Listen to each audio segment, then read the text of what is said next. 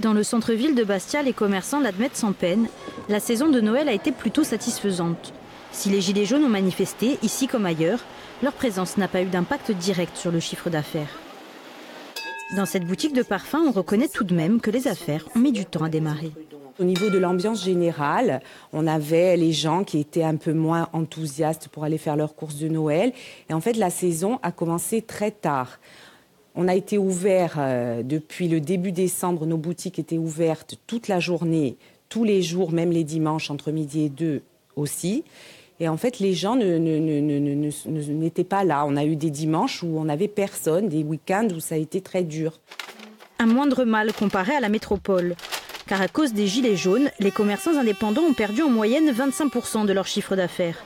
Pour dynamiser le début d'année, une solution a été proposée, avancer les soldes d'hiver d'une semaine. Une fausse bonne idée pour les commerçants bastiais. On doit arriver à la saison. Le client doit avoir besoin, par exemple en hiver, de doudounes, d'acheter des pièces d'hiver.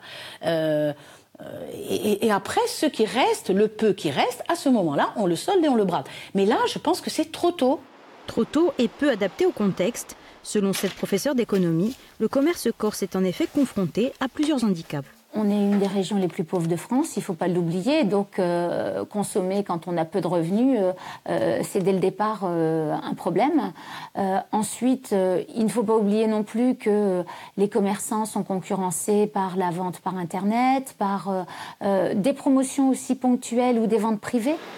Reste que pour l'heure, rien n'est acté. Avancer les soldes d'une semaine dépend du ministère de l'économie et sa décision devra faire l'objet d'un décret.